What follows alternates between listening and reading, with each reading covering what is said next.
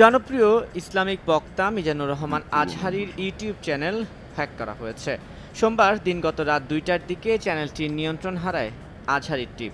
সময় সংবাদকে বিষয়টি নিশ্চিত করেছেন মিজানুর রহমান আজহারীর মিডিয়া ম্যানেজার সাইদ হক। জানা যায়, মধ্যরাতে হঠাৎই ইউটিউব চ্যানেলটি নিয়ন্ত্রণ হারায় আজহারীর মিডিয়া টিম। চ্যানেলটির পাসওয়ার্ড, মেইল ও ভেরিফাইড মোবাইল নাম্বার। আসসালামু আলাইকুম, কি অবস্থা? আমার যে পাশে দেখতেছেন মিজানুর রহমান আজহারীর ইউটিউব চ্যানেলটা পর্যন্ত কি হ্যাক করে ফেলছে। বাংলাদেশের ভালো কিছু সহ্য করতে পারতেছে না, কিছু হারামি লোক আছে আমাদের বাংলাদেশে।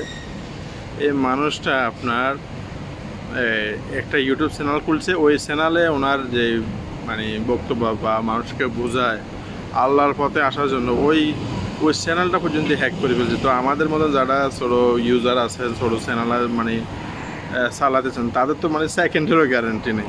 অবশ্য ছোটো ইউজারদেরকে কেউ হ্যাকও করে না, এই কারণে যেই ছোটো মোটাগুলোর হ্যাক করে লাভ আছে না। আমার দুঃখজনক বিষয় হলো মিজানুর রহমানের আজহারী সাহেব কারোর কোনো ভেজাল নাই, কিছু নাই, এরপরে এই মানুষটার এই চ্যানেলটা হ্যাক করে ফেলছে।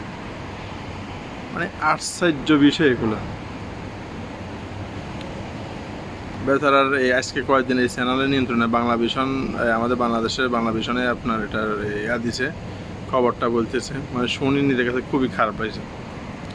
কিরে ভাই, এই মানুষটা তোদের কোন করছে, কোন দোষ করছে? এই মানুষটার চ্যানেলটা, এই মানুষটা এখান থেকে কোনো টাকাও ইনকাম করে না, তারপর তোরা ইনকাম কেমনে করলি? মনুষ্যত্ব বলতে মনে হয় কিছু নাই তোদের।